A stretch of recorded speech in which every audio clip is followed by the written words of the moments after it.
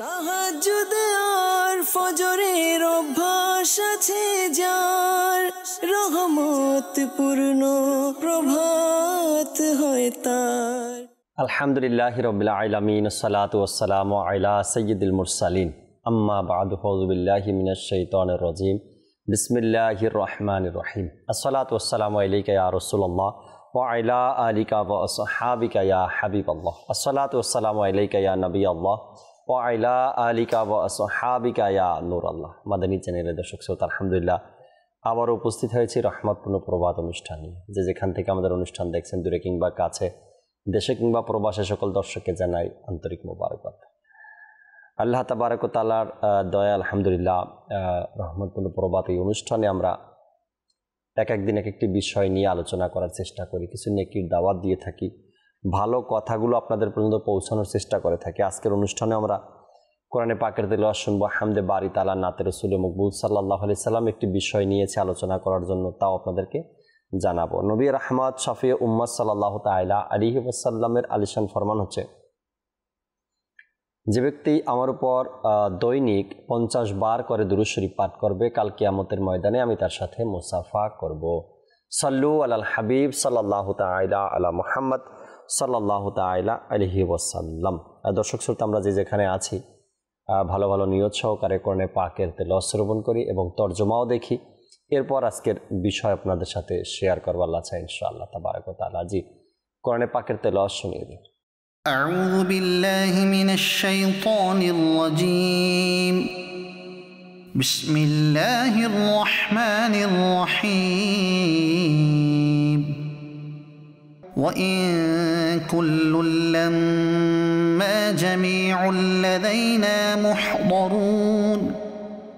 وآية لهم الأرض الميتة أحييناها وأخرجنا منها حبا فمنه يأكلون. وجعلنا فيها جنات من نخيل وأعناب وفجرنا فيها من العيون. صدق الله العظيم. সুবহানাল্লাহ, সুবহানাল্লাহ। আল্লাহ মহান আমাদেরকে কোরআনের প্রতি ভালোবাসা এবং কোরআনকে আঁকড়ে ধরা, কোরআনের হুকুম মোতাবেক জীবনকে অতিবাহিত করার তৌফিক দিক। দর্শক শ্রোতা, ইসলামের মধ্যে, ধর্মের মধ্যে আমরা মুসলমান হিসেবে নেকির কথা শুনে থাকি সবসময়। নেকি, ভালো আমল করা, নেক আমল করা, এবং এর উল্টা দিক যদি দেখি আমরা, তো গুনাহ, বদ আমল, খারাপ কাজ, গুনাহের কাজ, নাফরমানি। যে গুনাহের কথা শুনি আমরা, এক একটা গুনাহের ভিন্ন ভিন্ন পরিচয়ও আছে। যদি আমরা এই গুনাহ সম্পর্কে জানতে চাই, তো কিতাব আপনাকে স্পষ্টভাবে বলে দিবে। কোরআনে পাকের মধ্যে বিভিন্ন গুনাহের পরিচয় নিয়েও আয়াতে কারিমা রয়েছে। যেমন মদ পান করা, যেমনিভাবে এটাকে হারাম, তেমনি এই মদ পানের কারণে যে যে ক্ষতিগুলো আছে তাও কিন্তু ইরশাদ করা হয়েছে। মিথ্যা বলা এবং এই মিথ্যার পরিচয় কি, মিথ্যার শাস্তি কি, দুনিয়াবি ক্ষতি কি, পুরো বিস্তারিতভাবে আলোচনা করা হয়েছে।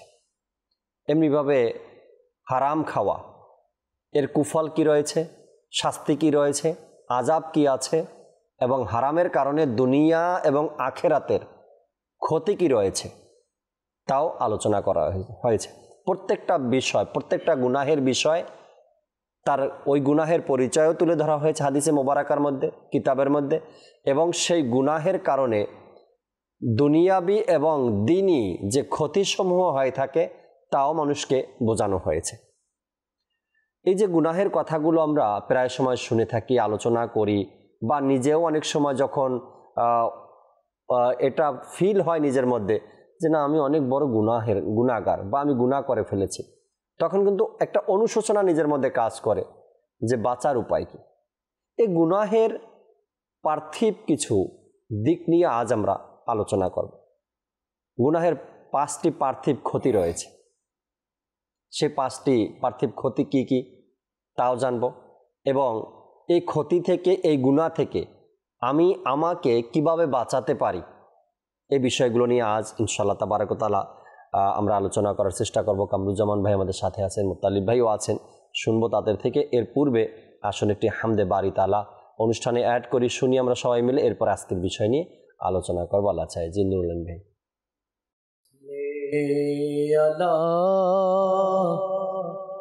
रसूलना सल्ले अला मुहम्मदिन सल्ले अला हबीबना सल्ले अला मुहम्मदिन महबूब की महफिल को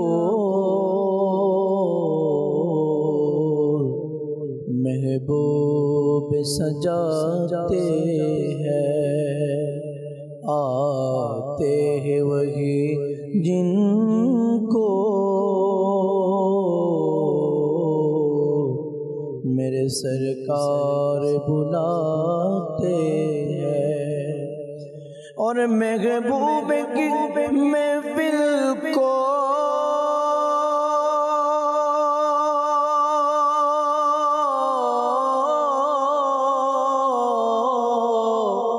महबूब सजाते हैं, और महबूब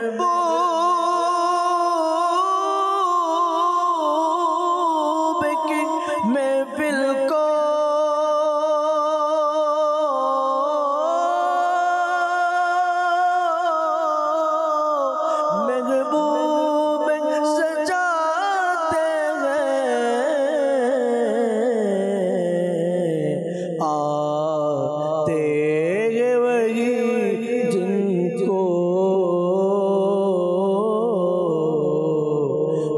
सरकार बुलाते हैं, आते हैं वही जिनको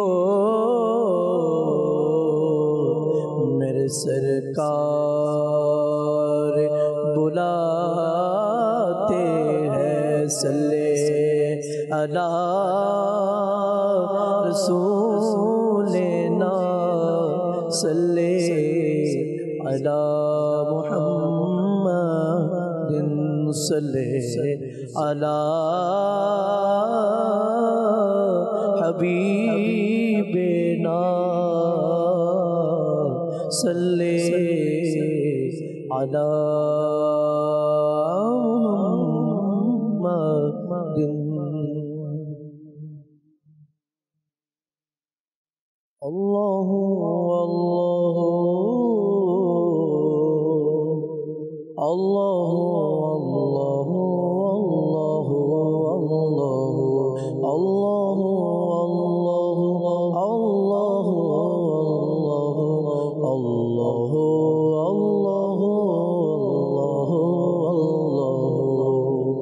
देखते चाहे हृदय तुम्हें सुबहानो करे शोभे जिकिर अल्लाहु अल्लाहु। देखते चाहे हृदय तुम्हें सुबहानो करे शोभे जिकिर अल्लाहु अल्लाहु।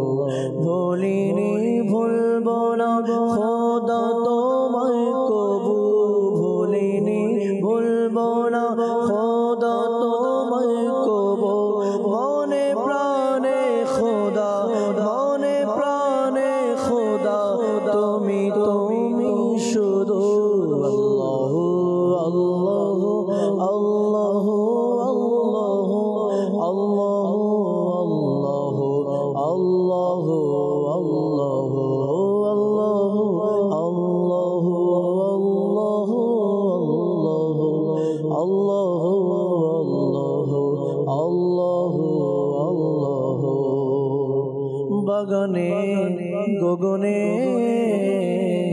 আলোচনা তোমার, প্রভাতে নিশীতে আলোচনা তোমার, বাগানে গগনে আলোচনা তোমার, প্রভাতে নিশীতে আলোচনা তোমার। তুমি এক অদ্বিতীয় অনন্ত অসীম,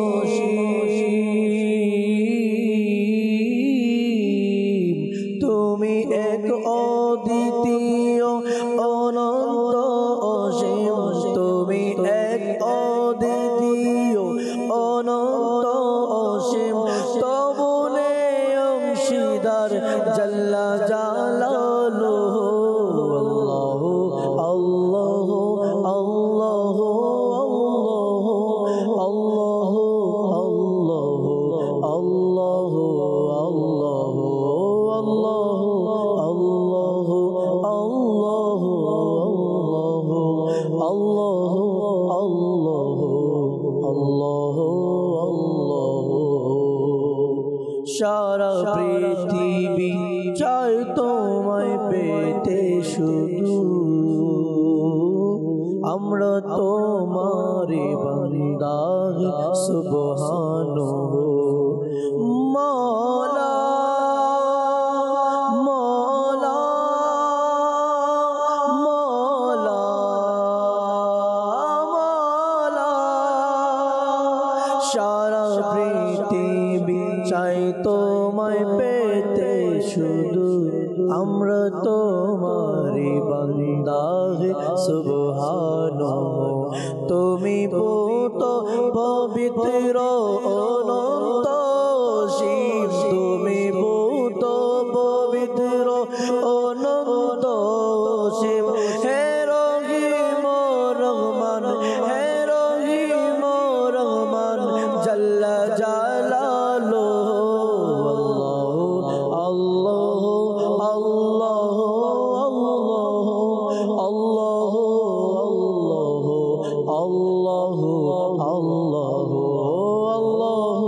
আল্লাহু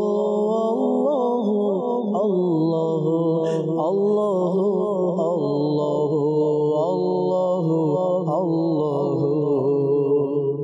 পক্ষীগুলো করে তোমার গুণগান, চারিদিকে শোনা যায় তোমার শানমান। আল্লাহ আল্লাহ মাওলা রহমান, পক্ষীগুলো করে তোমার গুণগান, চারিদিকে শোনা যায় তোমার শানমান। কেউ বলে খোদা, কেউ সুবহানাহু,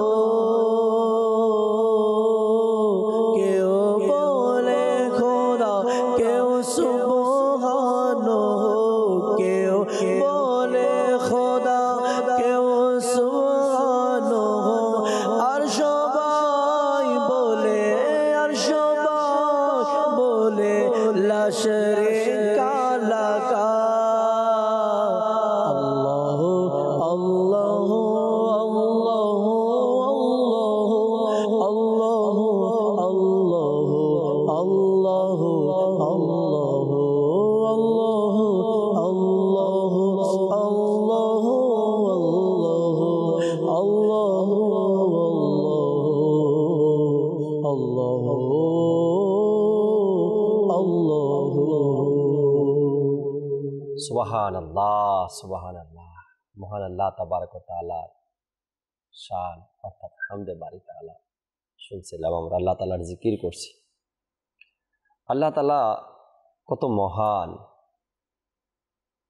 একটু যদি চিন্তা করি আমরা আল্লাহ তাআলার কুদরত, আল্লাহ তাআলা কত দয়া করেছেন আমাদের প্রতি, কত মায়া করছেন আমাদেরকে, কোনো শেষ নেই তার।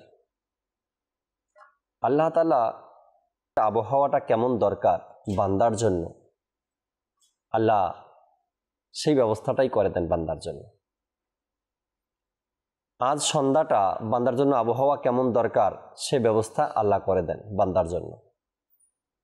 যখন আমাদের গুনাহের মাত্রাটা বেড়ে যায়, বাড়তে বাড়তে বাড়তে বাড়তে সীমা লঙ্ঘন হয়ে যায়, আমরা আল্লাহ তাবারক ওয়া তাআলা হয়তো বা বৃষ্টির মাধ্যমে, না হয়তো রোদের মাধ্যমে, না হয়তো ঠান্ডার মাধ্যমে বান্দাকে বুঝিয়ে দেন, সাবধান হয়ে যাও, সতর্ক হয়ে যাও, যে আযাব তোমরা দেখছো, অতিরিক্ত তোমাদের কাছে যা কিছু আসছে, এটা তোমাদের গুনাহের কারণ। উপার্জন তোমাদের, পার্থিব যে ক্ষতিগুলো রয়েছে গুনাহের, এগুলো আমরা অনুভব করি না, এগুলোকে আমরা সাইড করে চলে যাই। আজ দেশের মধ্যে প্রচুর তাপমাত্রা, আজ দেশের মধ্যে প্রচুর বৃষ্টিপাত, আজ দেশের মধ্যে প্রচুর ঠান্ডা, কিন্তু মনে করি এই আবহাওয়ার পরিবর্তন তো এভাবে হয়েছে, তো ওভাবে হয়েছে, অন্যদিকে এটাকে চাপিয়ে দিই। কিন্তু আমার গুনাহের কারণে হতে পারে বা আমার গুনাহের কারণে হয়েছে, এটা আমাদের অন্তরে আসে না। আজকে আমরা যে বিষয় নিয়েছি, গুনাহের 5টি পার্থিব ক্ষতি, কামরুজ্জামান ভাই থেকে শুরু করবেন ইনশাআল্লাহ তাআলা, তার থেকে কিছু শুনি। মোতালেব ভাই আছেন, তার থেকেও আমরা শুনবো ইনশাআল্লাহ তাবারক ওয়া তাআলা। নাচ শুনবো, আপনাদের কল তাও আমাদের অনুষ্ঠানে অ্যাড করার চেষ্টা করবো বলা চাই। জি কামরুজ্জামান ভাই। গুনাহের পার্থিব 5টি যে ক্ষতিসমূহ আছে, এমনিতে তো গুনাহ করাই যাবে না, গুনাহ করাই তো নিষেধ, সেটা ছোট হোক অথবা বড় হোক। তো তারপরও কিছু কিছু বিষয় আছে যেখানে এর শাস্তি দুনিয়াতেই পাওয়া যায়, পার্থিব অর্থাৎ দুনিয়াতে আমরা সেটা দেখতে পাই, এমনও গুনাহ আছে। গুনাহ তো করা যাবে না, আর গুনাহ করার ফলে বান্দার এক কথায় সকল কিছু কল্যাণ যে আছে তা দূরীভূত হয়ে যায়, কল্যাণ চলে যায়। হাদিসে পাকের মধ্যে এসেছে, কিতাবের মধ্যে পাওয়া যায়, ইমাম শাফি রহমতুল্লাহি তাআলা আলাইহিকে ইমাম মালিক রহমতুল্লাহি তাআলা আলাইহি নসিহত করছেন, ইন্নী আরাল্লাহ ক্বাদ উলকি আলা কলবিকা নূরন ফালা তাতফাহু বিজুলমাতিল মাসিয়াতি। এটা হচ্ছে, আমি তোমার মাঝে আল্লাহর পক্ষ থেকে নূর দেখতে পাচ্ছি। এটি গুনাহের অন্ধকারের কারণে, গুনাহের ফলে সেটাকে নিভিয়ে দিও না, অর্থাৎ গুনাহের কারণে বান্দার যে কল্যাণ রয়েছে সে কল্যাণগুলো দূরীভূত হয়ে যায়। তো এক কথায় গুনাহ করা যাবে না, আর গুনাহ করলে আরও কি ক্ষতি হয়? নবী করিম সাল্লাল্লাহু তাআলা আলাইহি ওয়া সাল্লাম ইরশাদ করেন, লা ইয়ারুদ্দুল কদর ইল্লা দুআ। তাকদীরের মাধ্যমেই দোয়া পরিবর্তন হওয়া সম্ভব, ওয়ালা ইয়াজিদু ফিল উমরি ইল্লাল বির। দোয়ার মাধ্যমে তাকদীর পরিবর্তন হয়। আর হায়াত বৃদ্ধি পায় নেক আমলের মাধ্যমে। ওয়া ইন্নাল আবদা লা ইউহরামুর রিজকা বিযামবি ইউসিবাহু। আর বান্দা যখন গুনাহ করে, এই গুনাহের কারণে তার রিজিক কমে যায়। এছাড়াও আরও 5টি বিষয় আছে যেগুলোর কারণে দুনিয়াতে শাস্তি পায়। এ ব্যাপারে হযরতে ইবনে উমর রাদিয়াল্লাহু তাআলা আনহু থেকে বর্ণিত, নবী করিম সাল্লাল্লাহু তাআলা আলাইহি ওয়াসাল্লাম ইরশাদ করেন, ইয়া মাআশারাল মুহাজিরিনা খামসুন ইযাবতুলিতুম বিহিন্না আউযু বিল্লাহি আন তুদরিকুহুন্না। নবী করিম সাল্লাল্লাহু আলাইহি ওয়াসাল্লাম ইরশাদ করেন, হে মুহাজিররা, 5টি গুনাহ বিষয় এমন আছে যেগুলো তোমাদের কাছে তোমরা সেখানে মুবতালা হতে পারো, তোমরা হয়তো এখানে পতিত হয়ে যাবে, জড়ে যেতে পারো, তবে আমি আল্লাহ পাকের কাছে দোয়া করছি আল্লাহ পাক যেন তোমাদেরকে এই মুসিবতগুলো না দেন। তো সেগুলো কি? নবী করিম সাল্লাল্লাহু আলাইহি ওয়াসাল্লাম ইরশাদ করেন, লাম তাজহারিল ফাহিশাতা ফি কওমিন কত হাত্তা ইউলিনু বিহা ইল্লাল ফাশাহিহিম। নবী করিম সাল্লাল্লাহু তাআলা আলাইহি ওয়াসাল্লাম ইরশাদ করেন, যখন কোনো জাতির মধ্যে প্রকাশ্যে অশ্লীলতা ছড়িয়ে পড়ে, তখন আল্লাহ পাক সেখানে প্লেগ রোগের যে মহামারী সেটা ছড়িয়ে দেন। আল্লাহ নবী রাসূল আরবি সাল্লাল্লাহু আলাইহি সাল্লাম আরও ইরশাদ করছেন, ওয়ালাম ইয়ানকুসুল মিকিয়ালা ওয়াল মিজানা ইল্লা উখিদু বিসসিনিনা ওয়া শিদ্দাতিল মাউনা। নবী করিম সাল্লাল্লাহু তাআলা আলাইহি ওয়া সাল্লাম ইরশাদ করেন, যে জাতি ওজনে কম দেয়, আল্লাহ পাক তাদের প্রতি দুর্ভিক্ষ এবং মুসিবত দিয়ে দেন। ওজনে কম দেওয়ার কারণে মুসিবত চলে আসে। আল্লাহ নবী রাসূল আরবি সাল্লাল্লাহু আলাইহি সাল্লাম আরও ইরশাদ করেন, ওয়ালাম ইয়ামনাউ যাকাতা আমওয়ালিহিম ইল্লা মুনিউল কতর মিনাস সামা। নবী করিম সাল্লাল্লাহু আলাইহি ওয়াসাল্লাম ইরশাদ করেন, যে জাতি যাকাত প্রদান করেন না আল্লাহ পাক ওই জাতির উপরে বৃষ্টি নাজিল করেন না। যদি গবাদি পশু প্রাণী না থাকতো তাহলে আল্লাহ পাক কখনো বৃষ্টি নাজিল করতেন না। আরও ইরশাদ হচ্ছে, আল্লাহ নবী রাসূল আরবি সাল্লাল্লাহু আলাইহি ওয়াসাল্লাম ইরশাদ করেন, ওয়ালাম ইয়ানকুসু আহাদাল্লাহি ওয়া আহাদা রাসূলিহি ইল্লা সাল্লাতাল্লাহু আলাইহিম আদুওয়া মিন গায়রিহিম। নবী করিম সাল্লাল্লাহু তাআলা আলাইহি ওয়া সাল্লাম ইরশাদ করেন, যে জাতি আল্লাহ তাআলার বিধানাবলীকে ভঙ্গ করে, আল্লাহ পাকের আহকামকে অঙ্গীকারকে বন্ধ করে, তখন আল্লাহ পাক তাদের বিজয়ীদের দুশ্মনকে তাদের উপর ক্ষমতাসীন করে দেন, অর্থাৎ তাদের শত্রুকে আল্লাহ পাক তাদের প্রতি বিজয় লাভ করে দেন, যে যাতে আল্লাহ রাসূলের হুকুমকে অমান্য করে, অঙ্গীকারকে অমান্য করে। নাম্বার 5 বলা হচ্ছে, আল্লাহ নবী রাসূল আরবি সাল্লাল্লাহু আলাইহি ওয়াসাল্লাম ইরশাদ করেন, লাম তাহকুম আইম্মাতুহুম বিকিতাবিল্লাহি ওয়া তাখায়্যারু ওয়া মিম্মা আনজালাল্লাহু ইল্লা জাআলাল্লাহু বাসাহুম বাইনাহুম। নবী করিম সাল্লাল্লাহু আলাইহি ওয়াসাল্লাম ইরশাদ করেন, যে জাতি, যে শাসক আল্লাহ পাকের বিধান অনুযায়ী ন্যায় বিচার করে না, শাসন পরিচালনা করে না, তো আল্লাহ পাক তাদের মধ্য থেকে ঝগড়া ফাসাদ লাগিয়ে দেন। এই যে গুনাহের এখন পার্থিব 5টি ক্ষতি। 1, যে জাতি ওজনও কম দেয় তাদের উপরে মুসিবত চলে আসে। যে জাতি যাকাত প্রদান করে না তাদের উপরে বৃষ্টি বন্ধ করে দেওয়া হয়।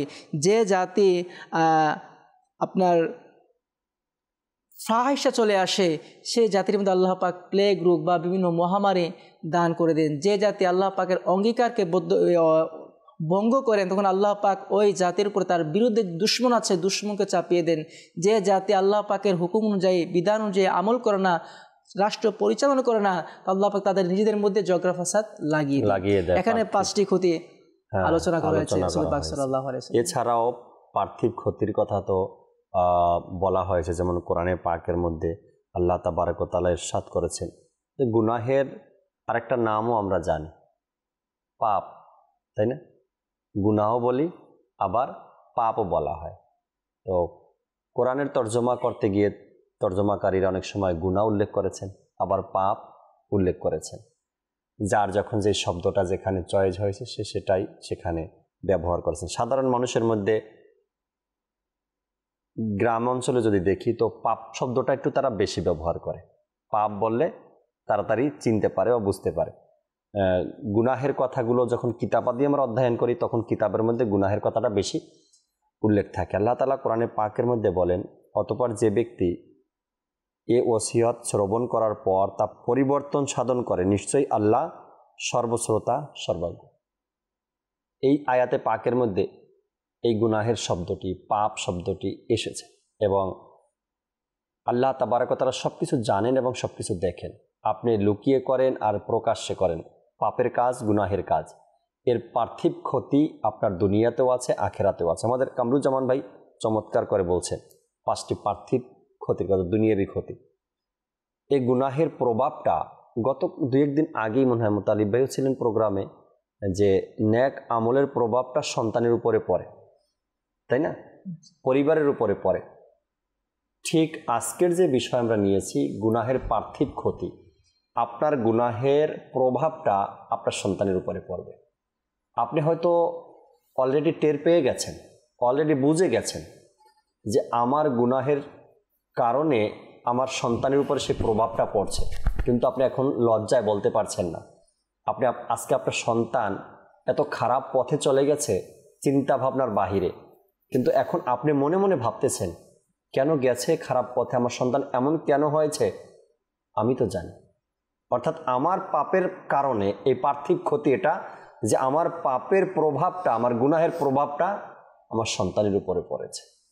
এ নিয়ে কথা বলবো, আশা আছে আজকে ইনশাআল্লাহ তাবারক ওয়া তাআলা বিস্তারিত কিছু দিক নিয়ে আলোচনা করব। আশা রাখি প্রত্যেকটা মানুষের বিবেকটা খুলবে আজকের এই যে টপিকটা নিয়ে এখন আমি কথা বলছি। মোতালিব ভাই থেকে আরও কিছু আলোচনা শুনি, এরপরে নাতের রসুল শুনবো আমরা ইনশাআল্লাহ। জি মোতালিব। আলহামদুলিল্লাহি রাব্বিল আলামিন, আসসালাতু ওয়াসসালামু আলা সাইয়্যিদিল মুরসালিন, আম্মা বা'দ, ফাআউযু বিল্লাহি মিনাশ শাইতানির রাজিম, বিসমিল্লাহির রহমানির রহিম।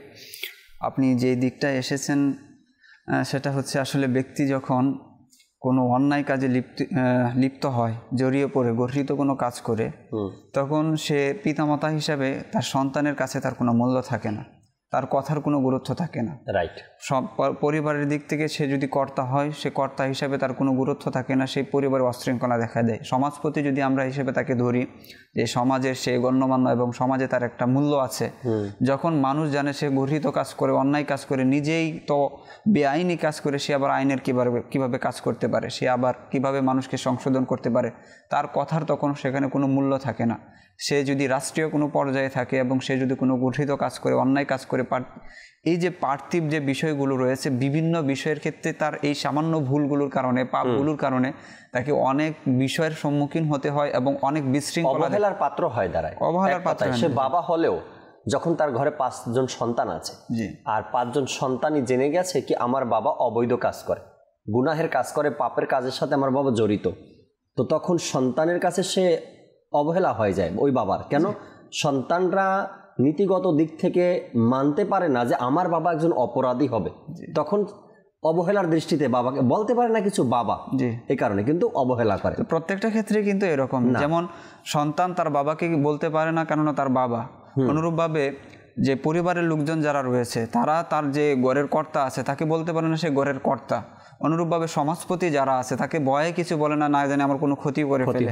রাষ্ট্রীয় যারা পর্যায়ে রয়েছে তাদের অন্যায় অনেকে হয়তো জানার পর হয়তো বলতে পারে না, নয়তো আমার কোনো ক্ষতি করে ফেলবে, কিন্তু মন থেকে যে ঘৃণা করা, পার্থিব যে বিষয়গুলো রয়েছে তাকে একটা শ্রদ্ধার করার কথা ছিল, সে উঁচু একটা স্থানে আছে কিন্তু শ্রদ্ধাটা সে পায় না, মানুষ তাকে ঘৃণা করতে থাকে, অনেক সময় অনেক ক্ষোভ পরবর্তীতে ঝরতেও দেখা যায়। কামরুজ্জামান ভাই খুব চমৎকার একটি হাদিসের মাধ্যমে শুরু করেছেন। গুনাহ তো আসলে অসংখ্য রয়েছে, লিস্ট তো অনেক বড়, তবে আল্লাহ রাসূল সাল্লাল্লাহু আলাইহি ওয়াসাল্লাম একটি হাদিসের মাধ্যমে 5টি গুনাহর কথা উল্লেখ করেছেন এবং 5টি গুনাহের পার্থিব ক্ষতির কথা আল্লাহ রাসূল সাল্লাল্লাহু আলাইহি ওয়াসাল্লাম আমাদের বলেছেন। এর মধ্যে একটি হচ্ছে ওজনে কম দেওয়া, এবং ওজনে কম দেওয়ার কারণে কি হয় যে দ্রব্যমূল্যর যে ঊর্ধ্বগতি সেটা বেড়ে যায়। আমরা দেখছি এখন দ্রব্যমূল্যের ঊর্ধ্বগতি। আরেকটা হচ্ছে যে বিভিন্ন ফাসাদ, শস্য ফলন এগুলো উৎপাদিত কম হয়, দুর্ভিক্ষ দেখা কথা যতটা প্রয়োজন ততটা আমরা পাই না, বিভিন্ন কারণে সেটা হয়। যেমন ধরেন বিভিন্ন জায়জামালের কারণে যে ফসল উৎপাদন, শস্য বিভিন্ন রাষ্ট্র থেকে আসার কথা সেগুলো হয়তো আমরা সময় মতো পাই না। এগুলো সব কিছু কিন্তু আমাদের হাতের কামাই। আর এগুলোর ব্যাপারে যেমন বিশেষ করে ওজনে কম দেওয়ার ব্যাপারে তো হাদিসে পাক, তারপরে কোরআনের পাকের মধ্যে অসংখ্য জায়গায় আয়াতও রয়েছে, হাদিসে পাকও রয়েছে। সেই বিষয়টার দিকে একটু আমরা আসলে দৃষ্টি দিব যে আসলে এই ওজনে কম দেওয়ার যে পার্থিব ক্ষতি এবং উখরাবি ক্ষতি, পরকালীন ক্ষতিও কিন্তু রয়েছে। এই বিষয়গুলো আমাদের একটু জানা উচিত এবং এর দিকে যেহেতু আমরা প্রত্যেকেই এই বিষয়টির সাথে জড়িত, কেউ না কেউ ব্যবসা করছেন, আবার কেউ না কেউ পণ্য ক্রয় করছেন, কেউ এই বিষয়টির সাথে আমরা প্রত্যেকেই কোনো না কোনোভাবে জড়িত জীবন পরিচালনা করার ক্ষেত্রে। আল্লাহ তাআলা কোরআনে পাকের মধ্যে বলেন ওয়াইলুল লিল মুতাফফিফিন, সূরা মুতাফফিফিন তো আমরা জানি। এই যে মুতাফফিফিন সূরার এর 5টি আয়াত নাজিল হয়েছে একই প্রেক্ষাপটে। আল্লাহ রাসূল সাল্লাল্লাহু আলাইহি ওয়াসাল্লাম যখন মদিনায় যান, মদিনা যাওয়ার পর দেখেন যে কিছু মানুষ তারা এই ওজনে কম করে এবং তাদের মধ্যে সবচেয়ে বেশি যার নামটা আসে যে এই কাজটির জন্য বিভিন্ন একটা তার নীতি বানিয়ে নিয়েছিল, আবু জুহাইনা নামক এক ব্যক্তি।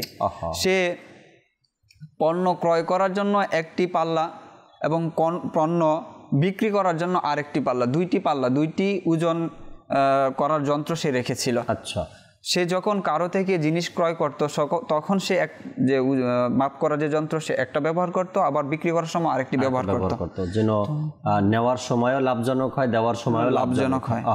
তো আল্লাহ তাআলা সেই ব্যক্তিদের ব্যাপারে কোরআনে পাকের মধ্যে বলছেন ওয়াইলুল লিল মুতাফফিফিন আল্লাযীনা ইযা ইক্তালু আলান নাসি ইস্তাউফুন ওয়া ইযা কালুহুম আও ওয়াজানুহুম ইখসিরুন আলা ইয়াযুন্নু উলাইকা আন্নাহুম মাবউসুন লিয়াউমিন আযীম ইয়াওমা ইয়াকুমুন নাসু লিরাব্বিল আলামিন। এই যে আয়াতগুলো নাজিল হয়েছে এই সকল ব্যক্তিদের ব্যাপারে নাজিল হয়েছে। তো আল্লাহ তাআলা বলছেন ওয়াইলুল লিল মুতাফফিফিন, শাস্তি, ধ্বংস বলে দিচ্ছে। কোন জায়গার ধ্বংস? ইহকালীন ধ্বংস এবং পরকালীন ধ্বংস, দুই জায়গায় ধ্বংস। এখানে আল্লাহ তাআলা নির্দিষ্ট করেননি, স্পেসিফিক করেননি যে তাদের জন্য কি রয়েছে, ধ্বংস রয়েছে। কাদের জন্য? আল্লাযীনা ইযা ইক্তালু আলান নাসি ইস্তাউফুন, যে এই যে ব্যক্তিদের বৈশিষ্ট্য ছিল যে পণ্য ক্রয় করার ক্ষেত্রে এক ধরনের পাল্লা, এক ধরনের ওজন যন্ত্র তারা ব্যবহার করতো এবং বিক্রি করার সময় আরেক ধরনের। তো তাদের ব্যাপারে বলছেন আল্লাযীনা ইযা ইক্তালু আলান নাসি ইয়াস্তাউফুন, ওই সকল ব্যক্তি যারা পণ্য ক্রয় করার সময় তো মানুষের থেকে পরিপূর্ণভাবে বুঝে নেয়।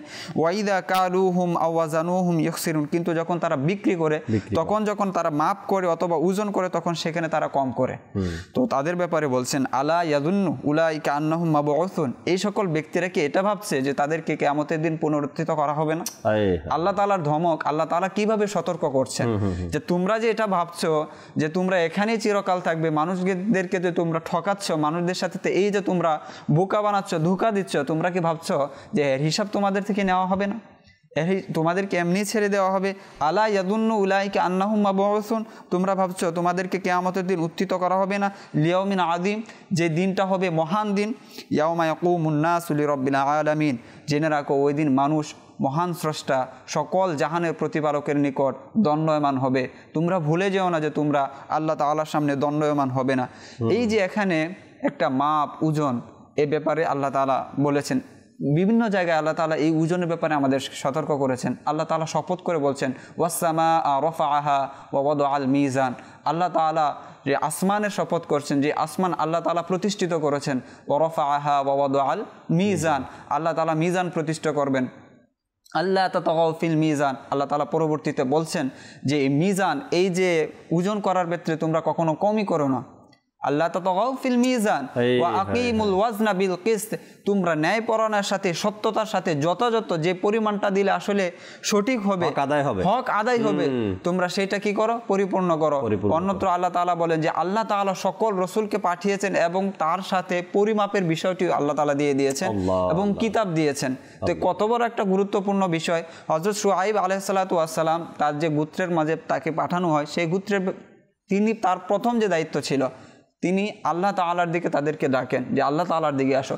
অতঃপর তিনি বলেন হে আমার কওম, হে আমার গোত্র, তোমরা কি করো? মানুষের যে ওজন করার ক্ষেত্রে, মানুষের পণ্য পরিমাপ করার ক্ষেত্রে ন্যায়পরায়ণতা অবলম্বন করো। তাদের পণ্যের মধ্যে তোমরা কোনো রকম কারচুপি করিও না, তাদের ধোঁকা দিও না এবং জমিনের মধ্যে ফাসাদ করতে ফিরিও না। তো বলা হয় যে এই যে শুআয়ব আলাইহিস সালামের কওমকে যে ধ্বংস করা হয়, ধ্বংসের অন্যতম একটি কারণই ছিল যে তারা মানুষের এই পণ্য দেওয়া নেওয়ার ক্ষেত্রে তারা কারচুপি করত, এদিক সেদিক করত। অর্থাৎ এই ওজনের ব্যাপারটা, জি, যে 5টি গুনাহের 5টি পার্থিব ক্ষতি, এর মধ্যে একটি হলো ওজনে। মালিক বিন দিনার রাহমাতুল্লাহ তাআলা আলাইহির প্রতিবেশী মৃত্যু সজ্জায়, তিনি যান, সেখানে গিয়ে বলেন যে তোমার কি অবস্থা? তিনি বলেন যে আমি আমার সামনে আগুনের 2টি পাহাড় দেখতে পাচ্ছি। তখন তিনি তার পরিবারকে ডাকলেন যে এর কারণ কি? তিনি বললেন যে তার 2টি ওজন মাপ করার 2টি পণ্য, একটি দেশে ক্রয় করে আরেকটি সে বিক্রি করে, বলে যে নিয়ে আসো। তো আনার পর মালিক বিন দিনার রহমাতুল্লাহ তাআলা আলাইহি সেই 2টি পণ্য কী করলেন? এই দাড়িপাল্লা ভেঙে ফেললেন।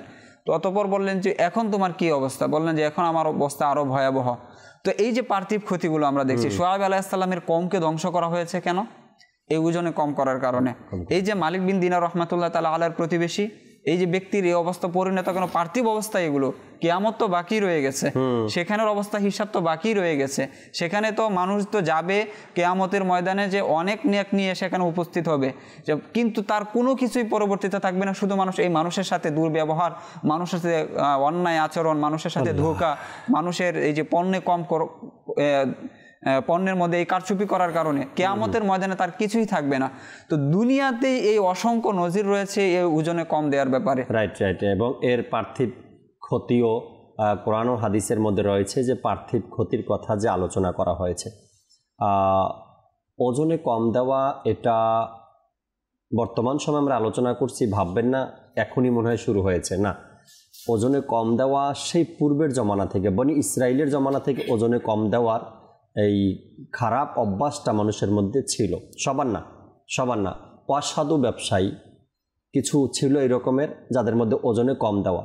এবং পরবর্তীতে যখন হুজুর আকরাম সাল্লাল্লাহু আলাইহি সাল্লাম তাশরিফ আনলেন, এরপরে কোরআনে পাকের এই আয়াতে কারিমাগুলো নাজিল হলো ওজনে কম দেওয়ার ব্যাপারে। পূর্বের যারা ছিল, তারা বনি ইসরাইলের যারা ছিল, তারা ওজনে কম দেওয়ার কারণে তাদের দুনিয়াতেই তার শাস্তির ঘোষণা দেওয়া হয়েছে। জাকির ভাই, যারা আসলে ওজনে কম দেয়, সে যদি এলাকার মধ্যে তার যদি শুধু একটা দোকান থাকে, তাহলে হয়তো মানুষ নিরুপায় হয়ে তার থেকে ক্রয় করবে। কিন্তু আপনি যখন কম্পিটিশনে চলে আসবেন, এলাকায় আপনার 8-10টা দোকান আছে এবং সব পণ্য সেই দোকানগুলোতে পাওয়া যায়, কখনো মানুষ আপনার কাছে যাবে না, এটাও আপনার জন্য একটা ক্ষতি। আমরা যদি আমাদের যারা বুজুর্গানা দিন ছিলেন তাদের জীবনে যদি দেখি, তারা অনেকেই ব্যবসায়ী ছিলেন, বিশেষ করে ইমাম আযম আবু হানিফা রহমাতুল্লাহ তাআলা আলাইহি কত বড় ব্যবসায়ী ছিলেন এবং তার ব্যবসার ক্ষেত্রে যে ন্যায়পরায়ণতা সেটা পৃথিবীবাসী এবং পৃথিবীর সকল মানুষ জানে। যখন মানুষ আলোচনা করা হয় তার ব্যবসার কথাটা চলে আসে। সাহাবায়ে কেরামের মধ্যে আব্দুর রহমান ইবনে আউফ রাদিয়াল্লাহু তাআলা আনহু কত বড় ব্যবসায়ী ছিলেন, তাদের জীবনে যদি পড়েন যে তারা ব্যবসার ক্ষেত্রে কতটা সতর্ক ছিলেন। তালহা ইবনে উবাইদুল্লাহ রাদিয়াল্লাহু তাআলা আনহু, উসমান গনি রাদিয়াল্লাহু তাআলা আনহু, তারা কি ব্যবসায়ী ছিলেন না? তারা কি লাভবান হননি? অবশ্যই হয়। আল্লাহ তাআলা কতটা ফখর করে, কতটা গৌরব করে কথাটা বলেছেন যে যখন কাফেররা বলল যে সুদও হচ্ছে কি যে সুদ হচ্ছে ব্যবসার মতো, তখন আল্লাহ তাআলা বলেন আহাল্লাল্লাহুল বাইআ, আমি ব্যবসাকে হালাল করেছি, সুদকে নয়। তো আল্লাহ তাআলা যে ব্যবসাকে হালাল করেছেন এই কথাটা কতটা ফখরের সাথে বলেছেন। আর সেইখানে যদি মানুষ হারামকে ঢুকিয়ে নেয়, সেই ব্যবসাটাকে যদি খারাপ করে ফেলে, তখন তার ভয়াবহতা কিন্তু তদরূপ হবে। রাইট। সেই হালালটাকে আল্লাহ যেখানে হালাল বানিয়েছেন ব্যবসাটাকে, সেখানে হারামের কারচুপি করা বা হারাম মিক্স করে দেওয়া, এটা বান্দার জন্য বড় লজ্জার বিষয়। আর এ থেকে বাঁচা উচিত আমাদের। শুনবো আমরা ইনশাআল্লাহ তাআলা আরও আলোচনা, পার্থিব ক্ষতিগুলো নিয়ে কথা বলছিলাম। আমরা একটি নাতে রাসূল মকবুল সাল্লাল্লাহু আলাইহি সাল্লাম অ্যাড করি অনুষ্ঠানে, শুনি আমরা, এরপরে কলও শুনবো আপনাদের আল্লাহ চাই ইনশাআল্লাহ তাআলা। জি, নুরুল আমিন হুজুর। মদিনার মুসাফিরামি জ্বলে জানো নামার, মদিনার মুসাফিরামি জ্বলে জানো নামার, বিনয়ে নত শিরামার, পদোদয় কম্পিত আমার, বিনয়ে নত শিরামার, পদোদয় কম্পিত আমার।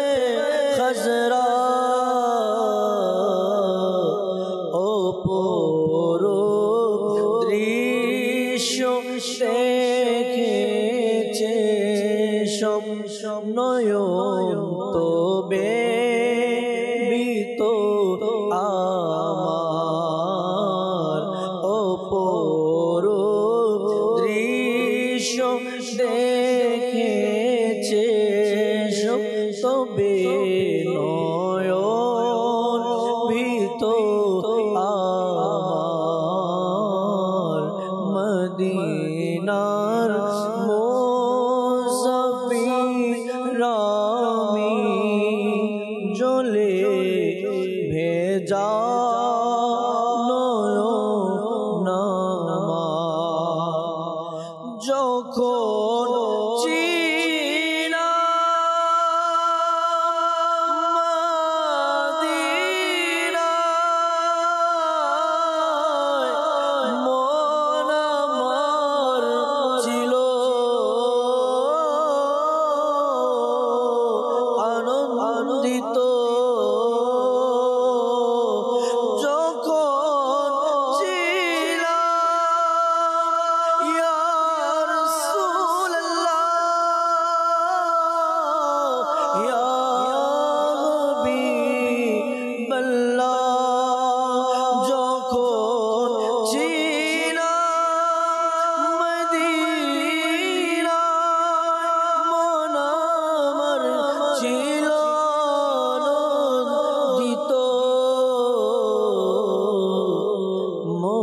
মদিনার বিরহে এখন দেশে মন ব্যথিত আমার মদিনার বিরহে এখন দেশে মন ব্যথিত আমার মদিনার মুসাফির আমি জ্বলে ভেজা নয়ন আমার বিনয়ে নত শির আমার পদদ্বয় কম্পিত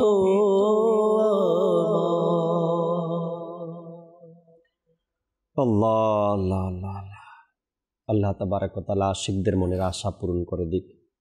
মদিনাতুল মুনাওয়ারায় বারবার হাজিরা দেওয়ার সে তৌফিক আল্লাহ দান করে দিক। যাব দর্শকের কলের দিকে, শুনবো দর্শকের কলগুলো, এরপরে আবারও ফিরবো আজকের বিষয় নিয়ে আলোচনা ইনশাআল্লাহ তাআলা। জি, কল শুনিয়ে দিন। গাজীপুর, আমি একটি গজল শুনতে চাই। হাসবি রাব্বি জাল্লাল্লাহ। শোনাবো, সাথেই থাকুন ইনশাআল্লাহ তাআলা। পরবর্তী কল। আমি মোফাজ্জল বলছিলাম, সিলেট অনুষ্ঠানটা দেখতেছি আসলে খুব সুন্দর, এবং এত সুন্দর অনুষ্ঠান, চ্যানেলগুলো খুব সুন্দর, এগুলো ঘরে ঘরে থাকা উচিত। মাশাআল্লাহ মাশাআল্লাহ, সুন্দর অভিমত আপনি দিয়েছেন আমাদেরকে অনুষ্ঠানের ব্যাপারে, মাদানী চ্যানেলের ব্যাপারে। আল্লাহ তাআলা ভালো রাখুক, আপনাকে দোয়া করি সবসময় আপনাদের জন্য। জি, পরবর্তী কল। রংপুর থেকে মোহাম্মদ আলামিন। আমি একটি নাচের রসুল শুনতে চাই। দয়া করো নবী আমায়। আচ্ছা, দয়া করো নবী আমায়। নুরুল আমিন ভাই আছেন, যদি সম্ভব হয় শোনাবে আমাদেরকে ইনশাআল্লাহ। পরবর্তী কল। আমি পটুয়াখালী থেকে বলছিলাম, মেহেদী হাসান। আমি আপনাদের চ্যানেল দেখছি, আমার কাছে অনেক ভালো লাগে।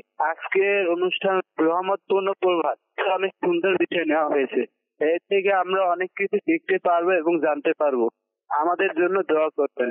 মাশাআল্লাহ মাশাআল্লাহ, আল্লাহ তাআলা কবুল করে নিক। সাথেই থাকবেন আশা রাখি, আর এভাবে করে অনুষ্ঠান দেখবেন, অনেক কিছু জানবেন, অনেক কিছু শিখবেন, অপরকেও শিখাতে পারবেন আল্লাহ চাই। জি, পরবর্তী কল। আমার নাম মোহাম্মদ সাইফুল ইসলাম। আমি একটি নাচের আসল শুনতে চাই।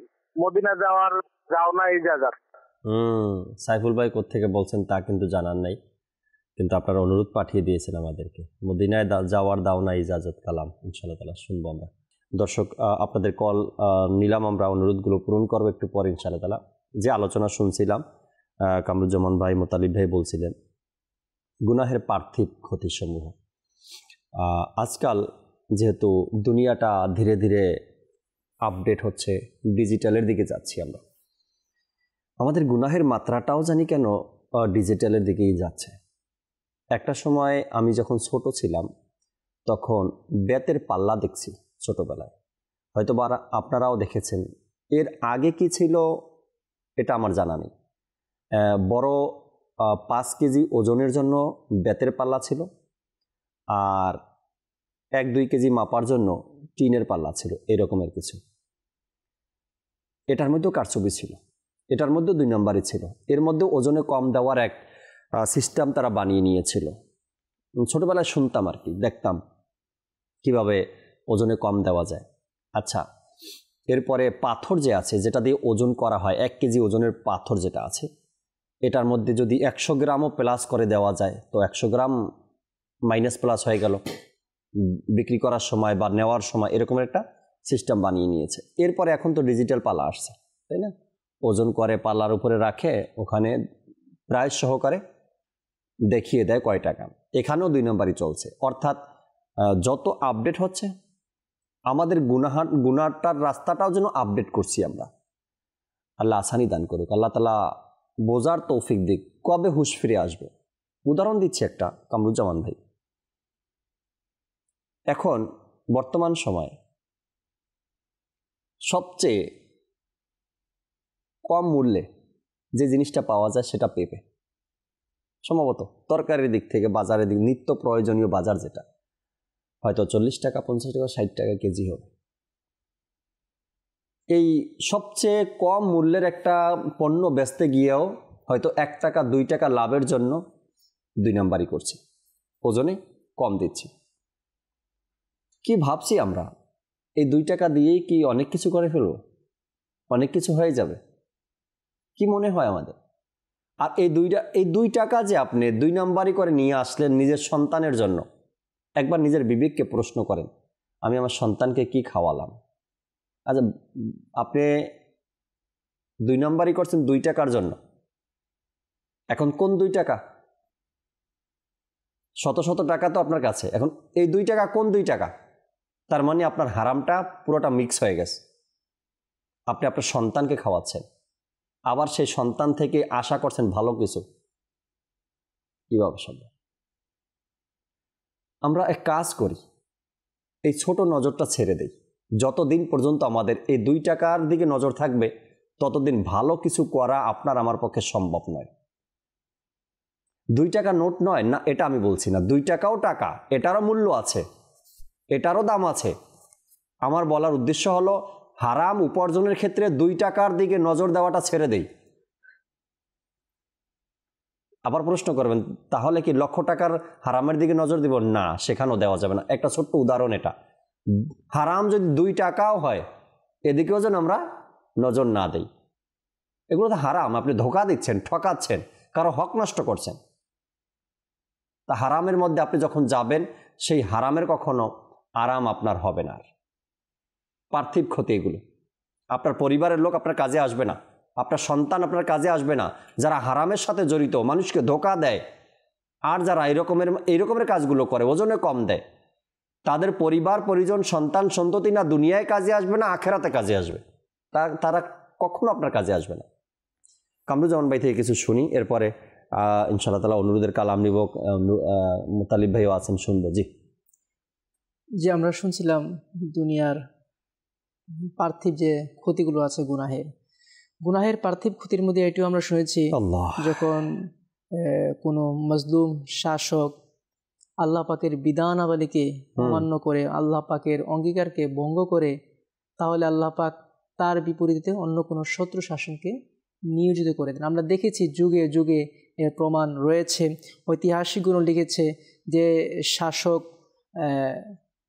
ইসলামী আইনকে ভঙ্গ করেছে, সে দুনিয়াতে বেশি দিন টিকতে পারেনি। ফিরাউনের নাম আমরা হয়তো অনেকে শুনেছি, যে সারাটি জীবন মানুষের প্রতি অত্যাচার করেছে, মানুষকে হত্যা করেছে, অর্থাৎ সকল প্রকার অপকর্ম তার দ্বারা সংগৃহীত হয়েছে। এ ব্যাপারে আল্লাহ সুবহানাহু ওয়া তাআলা ইরশাদ করেন, ওয়ালাকাদ আখাযনা আলা ফিরআউনা বিসসিনিনা ওয়া নাকসিম মিনাস সামারাতি লাআল্লাহুম ইয়াযাক্কারুন। আল্লাহ পাক বলেন, আমি ফিরআউনের সম্প্রদায়কে দুর্ভিক্ষ ও ফসলাদির ক্ষতির দ্বারা আক্রান্ত করেছি, যেন তারা সতর্ক হয়। এখানে আল্লাহ পাক প্রথমে সতর্ক করেছেন ফিরআউনকে, যেন তুমি সতর্ক হয়ে যাও, তোমার এই অন্যায় কাজগুলো করা ঠিক হচ্ছে না, আল্লাহ পাক সতর্ক করেছেন। তো যারা মজলুম ব্যক্তি ছিল, তারাও আল্লাহ পাকের দরবারে ফরিয়াদ করত, আর্তনাদ করত। আল্লাহ পাক তাদের আর্তনাদকে কোরআনে পাকে নকল করেন, অর্থাৎ বর্ণনা করেন, বিসমিল্লাহির রহমানির রহিম, রব্বানা আখরিজনা মিন হাযিহিল ক্বরিয়াতি আও যালিমি আহলুহা ওয়াজআল লানা মিন লাদুনকা ওয়ালিয়্যা ওয়াজআল লানা মিন লাদুনকা নাসীরা। আল্লাহ সুবহানাহু ওয়া তাআলা ইরশাদ করেন, আর্তনাদ অর্থাৎ মজলুমদের আর্তনাদকে আল্লাহ পাক এবার বর্ণনা করছেন, হে আমাদের প্রতিপালক, আমাদেরকে এই গ্রাম থেকে বের করে নেন, যে গ্রামের অধিবাসীরা জালিম, এখান থেকে আমাদেরকে বের করে নেন। আমাদেরকে আপনার পক্ষ থেকে কোনো সাহায্যকারী, কোনো মদদগার, কোনো সাহায্য করে আমাদের জন্য আপনি পাঠান, যেন আমরা তার পক্ষ থেকে সাহায্য পাই। এই ব্যাপারে আল্লাহ সুবহানাহু ওয়া তাআলা তো বলে দিয়েছেন যে আমি তাদেরকে অবকাশ দিই, অর্থাৎ যারা অন্যায় করবে, অবিচার করবে, আল্লাহ পাক তাদেরকে ছেড়ে দেন না, তাদেরকে অবকাশ দিন। এটা কোরআনে পাক মধ্যে এসেছে, আল্লাহ পাক ইরশাদ করেন, আপনি কখনো মনে করবেন না যে জালিমরা যা করছে সে বিষয়ে আল্লাহ পাক গাফিল। অর্থাৎ আল্লাহ পাক গাফিল নন, অপরাধীরা যা কিছু করছে সে ব্যাপারে আল্লাহ পাক অবহিত আছে, কিন্তু আল্লাহ পাক বলছেন ইন্নামা ইউআখিরুহুম লিয়াউমিন তাশখাসু ফিহিল আবসার। আল্লাহ পাক তাদেরকে অবকাশ দিচ্ছেন, তাদেরকে ছাড় দিচ্ছেন কোন দিনে? যেদিন চক্ষু হবে স্থির, যেদিন পলকহীনভাবে তাকিয়ে থাকবে, সেই দিন পর্যন্ত আল্লাহ পাক তাদেরকে অবকাশ দিচ্ছেন। এরপরে আয়াতে কারিমার মধ্যে আল্লাহ পাক বলেন মুহতিঈনা মুকনিঈ রুউসিহিম লা ইয়ারতাদ্দু ইলাইহিম তরফুহুম ওয়া আফইদাতুহুম হাওয়া। আল্লাহ পাক ইরশাদ করেন, তারা মাথা তুলে দৌড়াতে থাকবে, তাদের দৃষ্টি নিজেদের দিকে ফিরবে না এবং তাদের অন্তর হবে শূন্য। অর্থাৎ আল্লাহ সুবহানাহু ওয়া তাআলা এখানে এটি বলছেন, যারা জালিম হবে আল্লাহ পাক তাদেরকে ছেড়ে দেন না, বরং তাদেরকে আল্লাহ পাক অবকাশ দেন একটি নির্দিষ্ট সময় পর্যন্ত। এখন নির্দিষ্ট সময় দুনিয়াতে হতে পারে, আখিরাতে হতে পারে। অর্থাৎ এক কথায় জালিম ব্যক্তি তার প্রাপ্য সে পাবে। এমন তো বর্ণিত আছে কিতাবের মধ্যে যে যারা জালিম হবে, যদিও বা তারা মুসলমান হয়, বাহ্যিক দৃষ্টিতে নেক হয়, সদকা করে, নামাজ, ইবাদত সকল কিছু করে, কিন্তু জালিমও হয়, মানুষের প্রতি জুলুমও করে, তো কিয়ামতের মধ্যে তাকে উঠানো হবে, সে নেকি নিয়ে আসবে, মাজলুম ব্যক্তির গুনাহগুলো তাকে দিয়ে দেওয়া হবে, এখন গুনাহ নিয়ে সে জাহান্নামে প্রবেশ করবে, এমনও হাদিসে পাকের মধ্যে আছে। এজন্য কখনো এক কথায় গুনাহ ছোট হোক বড় হোক এটা তো করাই যাবে না, বিশেষ করে আমার দ্বারা যেন কারো ক্ষতি না হয় সে বিষয়ে বেশি সতর্ক থাকতে হবে। কেননা আল্লাহ পাকের হক, বান্দার হক, আল্লাহ পাকের হক আল্লাহ পাক যখন চায় তখন ক্ষমা করে দিবেন, এটি আল্লাহ পাকের ইচ্ছা, আল্লাহ পাকের শান, আল্লাহ পাক ক্ষমা করে দিবেন। কিন্তু বান্দার হকের বেলায় যতক্ষণ পর্যন্ত বান্দা ক্ষমা করবে না আল্লাহ পাকে ক্ষমা করবেন না। যেমন হয়তো আপনারা শুনেছেন মাসালো আছে, যদি কেউ সুদ খায় অথবা ঘুষ খায় বা কারো কাছ থেকে অত্যাচার করে, কারো সম্পদ গ্রাস করে, এখন সে যদিও বা আল্লাহ পাকের কাছে তওবা করে, এখন তওবা কবুল হবে না যতক্ষণ পর্যন্ত তার প্রাপ্যগুলো সে আদায় করবে না, তার সম্পদ তাকে ফিরিয়ে দিতে হবে। সে যদি মারা যায়, তার যে আহাল আছে, তার যে পরিবার আছে, পরিবারকে দিতে হবে। যদি পরিবারও মারা যায়, সদকা করে দিতে হবে। এক কথায় এর ক্ষতিপূরণটা দিতে হবে, কারণ এটা বান্দার হক। আর আল্লাহ পাক বান্দার হক মাফ করবেন না যতক্ষণ পর্যন্ত বান্দা ক্ষমা না করে। যেন আমাদের উচিত হচ্ছে আমরা এমন কোনো কাজ করব না যার দ্বারা আমার অপর ভাইয়ের, সে যে জাতির হোক না কেন, তার হক নষ্ট হয়। যেন আমাকে সতর্ক থাকতে হবে এই বিষয়ে। আল্লাহ পাক যেন আমাদেরকে তৌফিক দান করে। পার্থিব যে ক্ষতিগুলো, পারিবারিকভাবে হোক, দুনিয়াবি হোক বা আখেরাতে হোক, পার্থিব ক্ষতিগুলো আমাদের চোখের সামনে। আজ ঘরের মধ্যে বড় যারা আছে সবার হাতে একটা করে স্মার্টফোন। আমি যখন অফিস থেকে ঘরে ফিরি, তো ছোটদের সামনে আমরা মোবাইল ফোন ইউজ করি, স্মার্টফোন ইউজ করছি। পার্থিব ক্ষতি কিভাবে দেখাচ্ছে এটার? একদিন, 2 দিন, 3 দিন এভাবে করে যখন আপনার হাতে ফোন দেখে, আওয়াজ শুনে, অডিও লাউড থাকে, আপনার ঘরের 1 বছরের হোক বা 2 বছরের বাচ্চা হোক, সন্তান হোক, সে আপনার কাছে চলে আসে। 1 দিন, 2 দিন, 3 দিন করতে করতে আপনার মোবাইলের দিকে, ডিসপ্লের দিকে তাকানো শুরু করে। এরপরে যখন সে মোবাইলটা কিভাবে আপনি ইউজ করেন সেটা দেখতে পায়, কখনো আপনি মোবাইলটা আনলক করে রেখে গেছেন, তো আপনার সন্তান মোবাইলটা টেপা শুরু করে দিয়েছে। আপনি তখন খুশি হয়েছিলেন, বা আমার ছেলে মোবাইল ইউজ করতে পারতেছে, অপশন চিনতে পারতেছে, হ্যাঁ, কীভাবে ইউটিউবে ঢুকতে হয় আমার সন্তান তাও পারে। এরপর এই কথাগুলো আপনি আবার সন্তানের সামনে অন্য কারোর সাথে শেয়ারও করেন, আমার সন্তান বা আমার ছেলে বা আমার অমুকে সে আজকে দেখলাম ইউটিউবে ঢুকতে পারছে, তখন আপনার কাছে খুশি হয়, আপনি খুশি হন। যখন তার বয়স 8 থেকে 10 বছর হয়, তখন সে মোবাইলের জন্য বায়না শুরু করে দেয়, মোবাইলের জন্য বাহানা শুরু করে দেয়, লেখাপড়া ডিস্টার্ব হয়ে যায়। বাধ্য হয় 10, 12, 15 বছরের আগেই তার হাতে আপনি স্মার্টফোন ধরিয়ে দেন। দিনের বেলায় যতটুকু ভয় ডরে যাই হোক লেখাপড়া করে, কিন্তু রাতের বেলায় আর তার লেখাপড়ার কাছেও সে থাকে না, হাতে মোবাইল থাকে। হাজারো বাবার অভিযোগ এ ব্যাপারে, হাজারো বাবার অভিযোগ। 2-3 বছর আগে রমজানে একজন লোক আসছেন ইতিকাফ করার জন্য ফাইজানে মদিনাতে। তিনি এসে বললেন, আমার ছেলেকে আমি হিফজখানায় দিয়েছি হাফিজ বানানোর জন্য, মোবাইলের নেশায় ধরেছে, লেখাপড়া ছেড়ে বাসায় বসে আছে, দিলাম মোবাইল কিনে, এখন ওই মোবাইল নিয়েই পড়ে আছে, লেখাপড়ার কাছেও সে আর যায় না। হাজারো বাবার অভিযোগ। আপনি বলেন, এই অল্প বয়সের সন্তানগুলো যে মোবাইলে আসক্ত হলো, পেলোটা কোথায় আর কিভাবে হলো? আপনার আমার ভুলের কারণে এই প্রভাবটা সন্তানের উপর পড়েছে, তাই না? আর সেই সন্তান এখন বিগড়ে গেছে, রাস্তা ভুলে গেছে, এখন এই মোবাইলের জন্য যা কিছু করতে পারে। আল্লাহ তাআলার পানা ভালো ভালো মানুষ এই মোবাইলের জন্য কত চুরি ডাকাতি খুন খারাপিও করছে, শুধু মোবাইল হাতে পাওয়ার জন্য। এমন কিছু ভুল আমরা করি মুত্তালিব ভাই, যার মাসুল গুনতে গুনতে আমাদের সারাটা জীবন পার হয়ে যায়, সারাটা জীবন পার হয়ে যায়। এক বাবা সন্তানকে পাঠিয়েছিল বিদেশে লেখাপড়া করার জন্য, আর সেখানে লেখাপড়া তো সে করছে, ডিগ্রিও অর্জন করছে, সাথে সাথে বিদেশি কিছু চরিত্র তার মধ্যে অ্যাড হয়ে গেছে। যখন দেশে আসলো 2-4 মাস বাবা দেখলো যে আমার সন্তান যা আয় করে তার চেয়ে বেশি ব্যয় করে তার নেশার কারণে, তখন তাকে ডক্টরের কাছে নিয়ে গেল, হসপিটালে নিয়ে গেল, যাতে তার এই নেশাটার চিন্তাভাবনা মাথা থেকে দূর হয়ে যায়। হয়নি? যখন সেখান থেকে আবার ফিরিয়ে বাড়িতে আনলো, বাবার উপরে আক্রমণ চালালো। মানে আমাদের সিদ্ধান্ত নিতে ভুল হয়, আমাদের গুনাহের কারণে, পাপের কারণে তার একটা প্রভাব সন্তানের উপরে পড়ছে, আর সন্তানও রাস্তা ভুল চেঞ্জ করে নিয়েছে। আল্লাহ তাআলা বোঝার তৌফিক দিক। আমরা অনুরোধের কালাম শুনি, এরপর মুতালিব ভাই থেকে ইনশাআল্লাহ তাআলা শেষ কিছু আলোচনা আল্লাহ চাই শুনবো। আল্লাহ চাই। জি নুরান ভাই।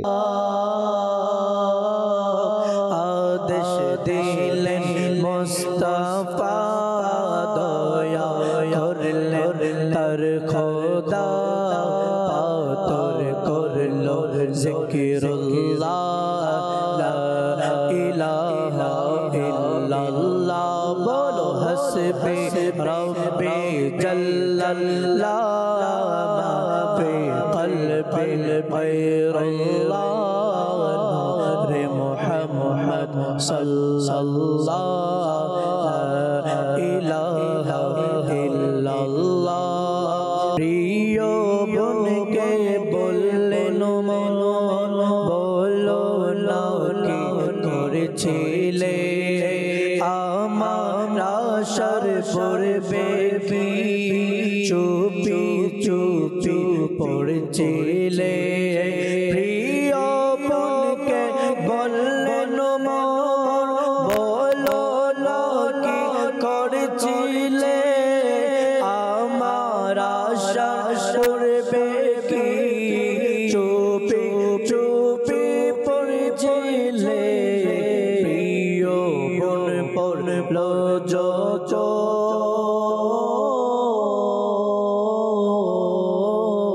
প্রিয় বোন পড়লো যখন কোরআন শুনে, ওমর তখন পড়লেন মধুর কালেমা, লা ইলাহা ইল্লাল্লাহ, বলো হাসবি রব্বি জাল্লাল্লাহ, মা ফি কলবি গায়রুল্লাহ, নূরে মুহাম্মদ সাল্লাল্লাহ, লা ইলাহা ইল্লাল্লাহ। মদিনা যাওয়ার দাও না ইজাজত, মদিনা যাওয়ার দাও না ইজাজত, নবী রহমত শাফিঈ উম্মত, নবী রহমত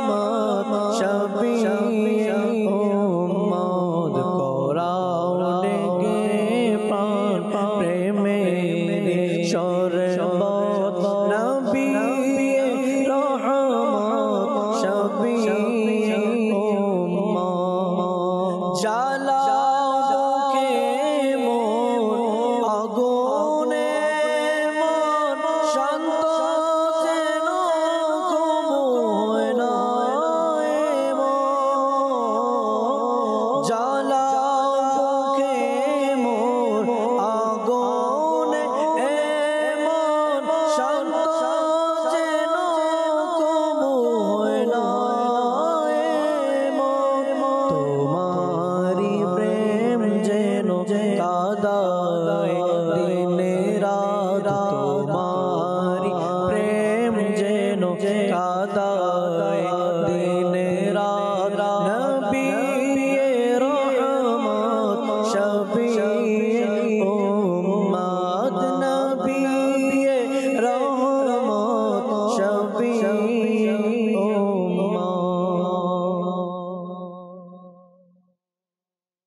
ছিলাম আমরা দর্শক অনুরোধের কালামগুলো। আল্লাহ তাআলা কালাম শুনতে শুনতে অন্তরে ইশকে রসুল যেন বৃদ্ধি পায়, সেই তৌফিক আল্লাহ আমাদেরকে দান করুক। মোতালিব ভাই, আজকের বিষয় নিয়ে যদি কিছু। জি, আজকের আলোচ্য বিষয় তো ছিল পার্থিব গুনাহের পার্থিব ক্ষতির সমূহ। সেখানে আল্লাহ রাসূল সাল্লাল্লাহু আলাইহি ওয়াসাল্লাম একটি হাদিস আমরা শ্রবণ করেছিলাম, 5টি বিষয় তিনি উল্লেখ করেছিলেন। তার মধ্যে তো সবগুলো নিয়ে কিছু কিছু আলোচনার ইচ্ছা ছিল, সময় সংক্ষিপ্ত। তবে যে বিষয়টা আসলে আলোচনা করা দরকার আমাদের, সেটা হচ্ছে অশ্লীলতা, নির্লজ্জতা, যেটা দিন দিন বৃদ্ধি পেয়ে যাচ্ছে। এই ব্যাপারে যে অশ্লীলতার ব্যাপারে আমরা শুনছি যে যখন কোনো জাতির মধ্যে অশ্লীলতা দেখা দেয় সেখানে মহামারীও দেখা দেয়, এবং আমরা বেশ কিছু মহামারীর সম্মুখীনও হয়েছি। তো অন্য কোনো বিষয়ে আমাদের চিন্তা করা ভাবনার উপায় নেই, যে এই কারণে আপনি শুরুতেই বলছিলেন যে আমরা অন্য কোনো কারণ দেখাই, অন্য কোনো কজ দেখাই যে এখানে আমার কোনো হাত নেই, কিন্তু অথচ আল্লাহ রাসূল সাল্লাল্লাহু আলাইহি ওয়াসাল্লাম আমাদেরকে এটাই বলছেন, আমাদের কাছে আমরা যে ক্ষতির, যে মহামারীর, যে বিপদের সম্মুখীন হই, এটা আমাদেরই হাতেরই উপার্জন। এবং কোরআনে পাকের মধ্যে বিষয়ে বলা হয়েছে। তো নির্লজ্জতার ব্যাপারে, অশ্লীলতার ব্যাপারে তো কোরআনে পাকের মধ্যে অনেক আয়াত এসেছে এবং আল্লাহ তাআলা এর সাবধানও করেছেন, এবং যারা অশ্লীলতায় লিপ্ত হয় তাদের শাস্তির ব্যাপারে কোরআনে পাকের মধ্যে এসেছে। আল্লাহ তাআলা কোরআনে পাকের মধ্যে বলেন যে ইয়া বানি আদম লা ইয়াফতিনান্নাকুমুশ শাইতান, হে বানি আদম, তোমাদেরকে যেন শয়তান কোনোভাবেই ফিতনার মধ্যে না ফেলতে পারে। ফিতনা তো আমরা বুঝি যে কোন বিষয়কে আসলে ফিতনা বলা হচ্ছে এখানে। কামা আখরাজা আবাওয়াইকুম মিনাল জান্নাতি ইয়ানজিউ আনহুমা লিবাসাহুমা লিউরিয়াহুমা সাওআতিহিমা, যেমনিভাবে তোমাদের যে পূর্বপুরুষ আদম আলা নবিয়িনা ওয়া আলাইহিস সালাতু ওয়াস সালামকে শয়তান জান্নাত থেকে বের করে নিয়েছিল ওয়াসওয়াসার মাধ্যমে, ধোঁকার মাধ্যমে, মিথ্যা কসম করে তাদেরকে কি করেছিল, ধোঁকায় ফেলে দিয়েছিল। তো ওই কাজটা যেন শয়তান তোমাদের সাথে না করতে পারে, তোমরা সতর্ক থাকো, আল্লাহ তাআলা আমাদেরকে বলছেন। এখন কিন্তু দিন দিন দেখা যাচ্ছে যে আল্লাহ তাআলা আমাদেরকে এখানে বলছেন যে শয়তান যেন আমাদের থেকে আমাদের পোশাকগুলো না খুলে ফেলতে পারে, শয়তান যেন আমাদেরকে ধোঁকায় না ফেলতে পারে, শয়তান যেন আমাদেরকে জান্নাতে প্রবেশ হওয়ার মধ্যে যে অন্তরায় হয়ে না দাঁড়াতে পারে। কিন্তু আমরা দেখছি যে দিন দিন আমাদের যে বিভিন্ন ডিভাইস, বিভিন্ন মাধ্যম, বিভিন্ন অবস্থা এরকম তৈরি হয়ে গেছে, সেই বিষয়টা তৈরি হয়ে গেছে, প্রেক্ষাপট তৈরি হয়ে গেছে। আজকে নাটক সিনেমার নামে অনৈতিক ভালোবাসা, বিভিন্ন প্রোগ্রামের নামে আপনার যে আমাদের সংস্কৃতির মধ্যে যে বিষয়গুলো নেই, সেই সংস্কৃতির মধ্যে পশ্চিমা কালচার, বিভিন্ন বিষয় ঢুকিয়ে দেওয়া হচ্ছে। অর্থাৎ আমরা যেন কোনোভাবেই জান্নাতে প্রবেশ করতে না পারি। আল্লাহ তাআলা আমাদের যে বিষয়টা থেকে সতর্ক করেছেন যে শয়তান আমাদেরকে যেন কোনোভাবে ফিতনার মধ্যে না ফেলতে পারে, কিন্তু আমরা দিন দিন সেদিকেই এগিয়ে যাচ্ছি। যে ব্যক্তিরা এই কাজের মধ্যে শামিল, যে অশ্লীলতার মধ্যে যেন মানুষ পড়ে যায়, অশ্লীলতায় যেন ছড়িয়ে পড়ে, এই বিষয়গুলোর সাথে যারা জড়িত তাদেরকে আল্লাহ তাআলা সতর্ক করছেন। আল্লাহ তাআলা বলছেন ইন্নাল্লাযীনা ইউহিব্বুনা আন তাশিআল ফাহিশাতু ফিল্লাযীনা আমানু লাহুম আযাবুন আলীম। আল্লাহ তাআলা তাদেরকে বলছেন ওই সকল ব্যক্তি যারা এটা ভালোবাসে যেন ফাহিশা ছড়িয়ে পড়ে। ফাহিশা ছড়িয়ে পড়ে কাদের মধ্যে? ফিল্লাযীনা আমানু, যে সকল মানুষ ঈমান নিয়ে এসেছে আল্লাহ তাআলার উপর, তাদের মধ্যে যেন ফাহিশা ছড়িয়ে পড়ে, তাদেরকে সতর্ক করে বলছেন তাদের জন্য রয়েছে আযাবুন আলিম, যন্ত্রণাদায়ক আযাব। কিন্তু দেখা যাচ্ছে আজকে আমরা মুসলমান হয়েও এই বিষয়টা ভালোবাসছি, যেন ফাহিশা ছড়িয়ে পড়ে, গান বাজনা ছড়িয়ে পড়ে, যে যত বেশি আপনার এই ফাহিশা অর্থাৎ বেহায়াপনার মধ্যে যে যত বেশি অগ্রসর হয়, আমরা মনে করি দুনিয়াতে সে সবচাইতে বেশি আধুনিক আধুনিক বলা হয় মনে করি। জি হ্যাঁ, আধুনিক মনে করি তাকে। কোনো মেয়ে নিজে থেকে পর্দা করতে চায়, ঘরের মানুষ অপর বাড়ির আরেক বাড়ির আরেকটা মেয়েকে দেখিয়ে বলে দেখো কত উন্নতি, কত স্মার্ট, হ্যাঁ কত আধুনিক, আর তোমার কি? ঘরের মধ্যে যখন ছেলের বউ আসে, যদি ভাগ্যগুণে গ্রামের মেয়ে পেয়ে যায়, পর্দাশীল পেয়ে যায়, আর ছেলে শহরের হয়, তখন এই পুত্রবধূকে যেভাবেই হোক তাকে আধুনিক বানাতে হবে, সমাজের সাথে মিলিয়ে চলতে হবে। এই সমাজ যে তাকে সোজা জাহান্নামের রাস্তা দেখালো, এদিকে তার কোনো চিন্তা ভাবনা নেই। আমি বলতে চাই, যে যত বেশি মানে বেহায়াপনার দিকে ধাবিত, মানুষ মনে করে সে ততটা বেশি উন্নত বা আধুনিক বা ডিজিটাল। তো এই যে নোংরান চিন্তা ভাবনাগুলো আছে না, নোংরান চিন্তা ভাবনা, এগুলো ভালো কিছু না, এগুলো নোংরা। এখান থেকে কবে আমরা বের হয়ে আসবো? পার্থিব ক্ষতি কি এখানে? জি পার্থিব ক্ষতি। আজ আমি এই বেপর্দা যেটা নিয়ে আপনি কথা তুলছেন, আয়াতে কারিমা শোনালেন, আজ আমি হয়তো বা ভাবছি যে আরেক ঘরের মানুষ বেপর্দা হচ্ছে, বা পাশের বাড়ির মানুষ হচ্ছে, বা ওই এলাকার মানুষ হচ্ছে, আমার তো কিছু না। কিন্তু আমরা এটা চিন্তা করি না, এই ভাইরাস বা এই খারাপ জিনিস বা এই বেপর্দা আমার ঘরে আসতে কতক্ষণ লাগে, এমনকি কতগুলো ঘর উজাড় হয়ে গেছে এই অশ্লীলতার কারণে। আমি প্রমোট করেছি, আমি বলছি যে আমার যে স্ত্রী আছে সে সেকেলে, সে আদি যুগের মধ্যে রয়েছে, এই সমাজের সাথে, এই যুগের সাথে সে তাল মিলিয়ে চলতে পারছে না। তাকে আমি কি করলাম, সাজিয়ে গুজিয়ে সমাজে নিয়ে গেলাম, পরবর্তীতে দেখা যাচ্ছে তার সংসারই টিকছে না। অনেক কিছু হচ্ছে সমাজে, এগুলো আমরা দেখছি। আজকে মানুষকে বলতে শোনা যায়, যারা এর প্রতিবাদ করে, প্রতিরোধ গড়ে তুলতে চায় অশ্লীলতার বিরুদ্ধে, বেপর্দার বিরুদ্ধে, তাদেরকে বলা হয় এরা হচ্ছে সেই সেকেলের মানুষ, এরা হচ্ছে সেই আদিম যুগের মানুষ। এরা না আধুনিকতা জানে, না বর্তমান সমাজের স্ট্যান্ডার্ড জানে, না কোনো কিছু জানে। তারা বলে যে মানুষের সহজাত ধর্মই হচ্ছে এই অশ্লীলতা, অর্থাৎ এই পর্দাহীনতা, এগুলো। কিন্তু আমরা যদি দেখি আসলে মানুষের সহজাত ধর্ম কোনটা, মানুষের আসল প্রকৃতির চাহিদা কোনটা, যদি আমরা আদম আলাইহিস সালামের দিকে দেখি, তিনি তো আদি পুরুষ আমাদের, না? সকল মানুষ যে ধর্মেরই হোক, যে বিশ্বাসী রাখুক না কেন, আদম আলাইহিস সালাম হচ্ছে আমাদের আদি পুরুষ। তিনি কেমন ছিলেন, তার পর্দার প্রতি অবস্থাটা কিরকম ছিল, যে যখন শয়তান ধোঁকা দিয়ে দিল, তাদের থেকে পোশাকগুলো খুলে যাচ্ছিল জান্নাতের মধ্যে, তখন তারা কি করছিলেন, জলদি করে, কোরআনে পাকের মধ্যে আয়াত এসেছে, আল্লাহ তাআলা বলেন যে ওয়াতফিকা ইয়াখসিফানি আলাইহিমা মিন ওয়ারাকিল জান্নাহ, যখন পোশাকগুলো খুলে যাচ্ছিল তখন তারা জলদি করে গাছের পাতা নিয়ে তাদের লজ্জা, তাদের অঙ্গগুলো ঢাকছিলেন। তো এটাই তো মানুষের সহজাত ধর্ম হওয়া উচিত না? যে আদম আলাইহিস সালাম তিনি সেই সর্ব আদিম, তা আদিম মানুষের চাহিদা বা মানুষের সহজাত বিষয়টা হচ্ছে নিজেদেরকে সম্ভ্রম রাখা, নিজেদেরকে লুকিয়ে রাখা, নিজেদের মধ্যে এই বিষয়গুলো রাখা। আল্লাহ রাসূল সাল্লাল্লাহু আলাইহি ওয়াসাল্লাম বলেন যে ঈমানদারির চিহ্ন হচ্ছে লজ্জা সম্ভ্রম রাখা এবং কম কথা বলা, এটা হচ্ছে ঈমানের শাখা। আর যে নির্লজ্জ হওয়া, অধিক কথা বলা, এটা হচ্ছে নিফাকের অন্তর্ভুক্ত। তো ঈমান আর ঈমানদার, ঈমানদারিত্ব, এটা অনেক ঊর্ধ্বের কথা, অনেক ঊর্ধ্বের কথা। ঈমান আর ঈমানদারিত্ব, যেখানে চক্ষু লজ্জাই নেই। আল্লাহ, আজকে চক্ষু লজ্জা কোথায় চলে গেল? আল্লাহ হিফাজত দান করুক। এগুলো বলতে গেলে তো অনেক কিছু বলতে মন চায়, কিন্তু সব কিছু বলতেও পারি না, আর বলাও যায় না। চক্ষু লজ্জা আজকে কোথায় গেল আমাদের? আজ মুসলমান দাবি করছি, আমার মেয়ে কোথায়? আজ আমি মুসলমান দাবি করছি, আমার ছেলে কোথায়? আজ আমি মুসলমান দাবি করছি, আমার ঘরের পরিবেশটা কেমন? আজ আমি মুসলমান দাবি করছি, আমার ঘরের টিভিতে কি না চলে?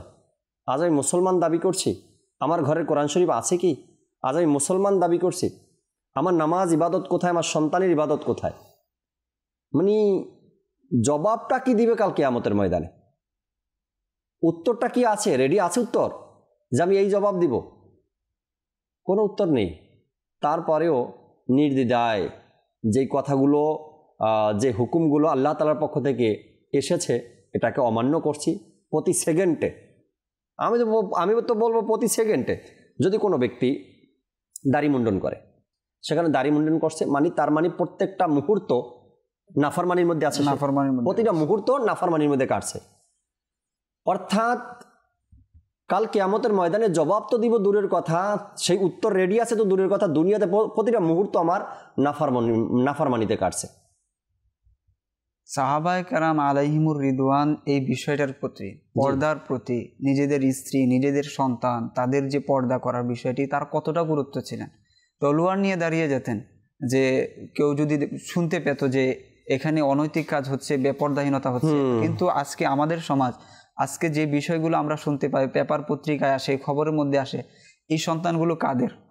আমাদের ভাই, আমাদের বোন, আমাদের সন্তান। কিন্তু আমাদের দায়িত্ব কোথায়? আমরা মুসলমান তো দাবি করছি, আজকে মুসলমান বলে নিজেকে অনেক কিছু পরিচয় দিই, আমার কপালের মধ্যে নামাজের চিহ্ন পর্যন্ত আছে, কিন্তু সন্তান কোথায় যাচ্ছে? সন্তান কি করছে? সন্তান যে এই পোশাকগুলো পরছে, কার টাকায় পরছে? সন্তান ডিভাইস ব্যবহার করে যে গুনাহ করছে, কার টাকায় এই ডিভাইস ক্রয় করলো? কিন্তু আমরা ওই সাহাবায়ে কেরামের যে গায়রাত ছিল পরিবারের প্রতি, যে নিজের যে পরিবারের একটা মান সম্মানের বোধ যে ছিল, সেই বোধ, মান সম্মান বোধটা আজকে আমাদের কোথায় চলে গেছে? আমরা তো আগে গর্ববোধ করি যে আমার ছেলে মেয়ে ওই জায়গায় চলে গেছে, আমার ছেলে মেয়েকে সারা দেশের মানুষ চিনে। কিভাবে চিনে? কি নির্লজ্জার মাধ্যমে চিনে, তাই না? বেহায়াপনার মাধ্যমে, বেহায়াপনার কারণে। আপনার ছেলেকে যদি দেশ সেরা হাফেজ হিসাবে চিনতো তবে মনটাকে শান্তি দিতে পারতাম। যদি আপনার সন্তানকে দেশ সেরা আলিম হিসাবে চিনতো তবে মনটাকে শান্তি দিতে পারতেন। যদি আপনার সন্তানকে একজন ইবাদতকারী হিসাবে দেশের মানুষ জানতো, আবিদ হিসাবে জানতো, তারপর মনটাকে শান্তি দিতে পারতেন, আমার সন্তানকে মানুষ আবিদ হিসাবে জানে। কিন্তু তেমনটা নয়। হ্যাঁ, তবে এতটুকু বলতে পারি আলহামদুলিল্লাহ, দাওয়াত ইসলামীর একজন মোবাল্লিগ যে এলাকারই থাকুক না কেন, এলাকার মানুষ তাকে একজন মোবাল্লিগ হিসাবে চেনে, সুন্নতের আমলদার হিসাবে চেনে, তাকে মোত্তাকি হিসাবে চেনে। আমি আপনাকে দাওয়াত দিচ্ছি আমার জায়গা থেকে আমি আপনাকে দাওয়াত দিচ্ছি, আপনি নিজে আপনার সন্তানকে দাওয়াত ইসলামীর এই মাদানী পরিবেশের সাথে নিয়ে আসেন। কোর্স করার সম্ভব হলে কোর্স করুন, মাদানী কাফলায় সফর করুন, দিনের যে মাসলা মাসাইল আছে এগুলো শিখুন, দিন শিখুন, জ্ঞান অর্জন করুন। আল্লাহ চাই ইনশাআল্লাহ তাবারাক ওয়া তাআলা গুনাহ থেকে মুক্তি পাবেন, হারাম থেকে মুক্তি পাবেন, এবং লজ্জা শরম হায়া যে বিষয়টা আছে এটা অর্জন হবে, ইশকে রসুল অর্জন হবে, আল্লাহ তাআলার ভয় অন্তরে আসবে, এবং আশা করি দুনিয়া এবং আখেরাত আমাদের মঙ্গলময় হবে। আল্লাহ তাআলা বোঝার এবং আমল করার তৌফিক দান করুক। আমিন বিজাহিন নবিল আমিন সাল্লাল্লাহু তাআলা আলাইহি ওয়াসাল্লাম। চলুন যে যেখানে আছি আমরা দাঁড়িয়ে সালাতু সালাম পাঠ করি। ইয়া নবী সালাম আলাইকা, ইয়া রাসূল সালাম আলাইকা, ইয়া হাবিব সালাম আলাইকা, সালাওয়াতুল্লাহ আলাইকা। আমার আগামী প্রজন্ম হবে যারা কারা যেন, আমার আগামী প্রজন্ম হবে যারা কারা যেন, হৃদয় হোক তোমার ঠিকানা, মাদানী মাদিনে ওয়ারে, ইয়া নবী সালাম আলাইকা, ইয়া রাসূল সালাম আলাইকা, ইয়া হাবিব সালাম আলাইকা, সালাওয়াতুল্লাহ আলাইকা। মুস্তাফা জানে রহমত पे लाखों सलाम, शम्अ बज़ में हिदायत पे लाखों सलाम।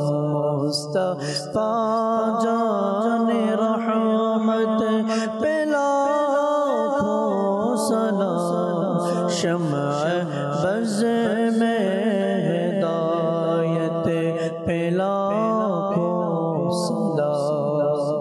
गौसे आज़म इमाम तो का,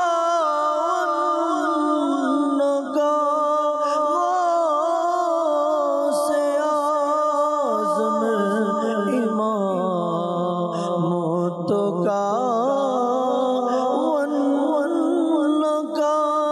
जल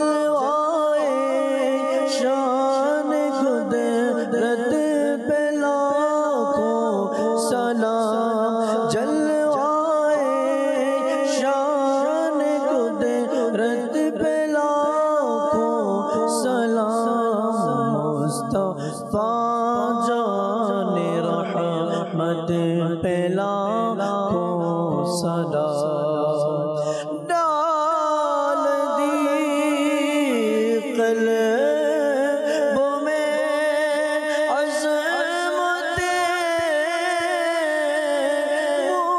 मुस्तफ़ा डाल दी क़ल्बों में अज़मते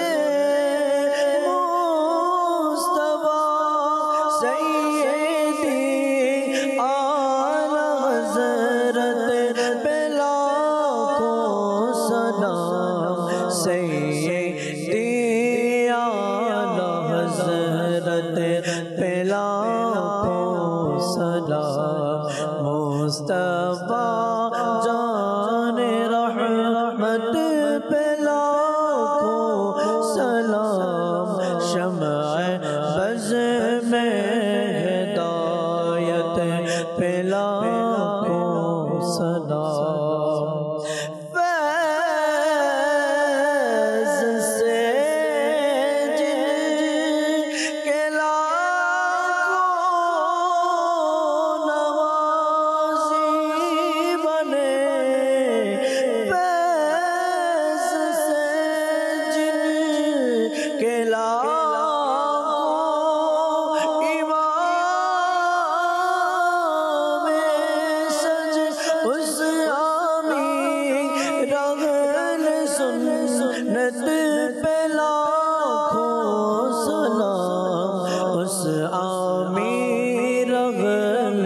सुन्नत पे लाखों सलाम मुस्तफा जाने रहमत पे लाखों सलाम शम्अ बज़ में हिदायत पे लाखों सलाम शम्अ बज़ में हिदायत पे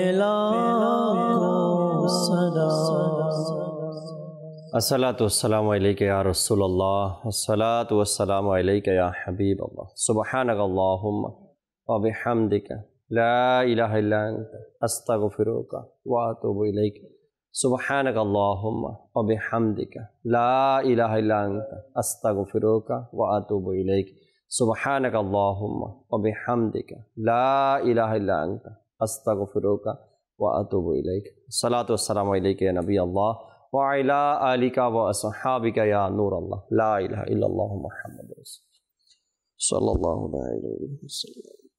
তাহাজ্জুদ আর ফজরের অভ্যাস আছে যার রহমত পূর্ণ প্রভাত হয় তার।